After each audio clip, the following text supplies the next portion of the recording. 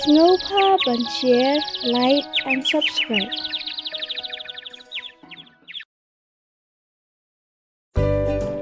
Kajingnya thuk khana kadai syapang armut shipara. Menhandai kulong kuma, ladon kawe kajingnya thuk khana, syapang armut shipara. Ha kawe gasngi, kilaya letre shalingkha. Te onda kilaya tre baro shisngi. Ha kajing that, kapara kalasliang uhammen ulalit wat bad shem layo, te ulalit pom nakasit. Ha kabampoi perkat, kapara kaladi, ya kata ka bad kalayo ngot lang bad upsen. Katba nang bi kisngi, kata kapara kalanang telot nang swai. Bun kamjulit treshu shalingkha. Uta uhamen ula ipher ya kachinglong chongka. Kat nang mi kisngi kipor kata kapara kalanang sngat bat he kpo. Uhamen ula keli yaka jia ayu bakam julit tre likta shu.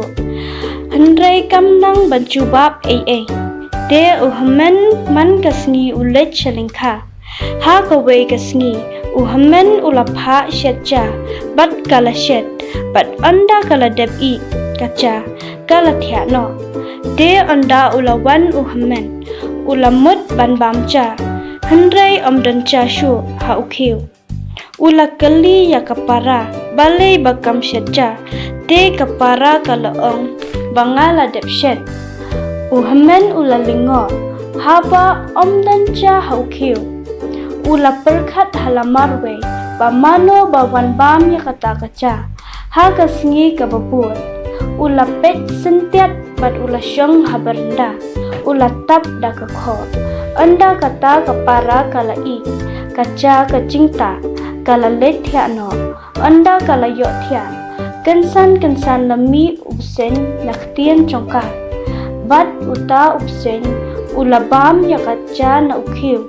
Uhamen ula yo I bat ula penyap yo ula pom lingkhot lingkhai bat ula thep hagawe kalius bo bat ula yaka bakam de banlet syakata kalius bo hadien kato kanipon ula mi usuntiu ba itenat bat kata kapara kalet bankhet ya uta usuntiu bat kalakum yo ya kata kasyep sen. Uhamen ula bitar yaka namar ba ula dep ban namlet chata. Te kata kapara kalakiu at baro shirnyeng. Uhamen ulawat kilat kilenti ban sumar yala kacong kapara. Hadu bakan dakot dakhya.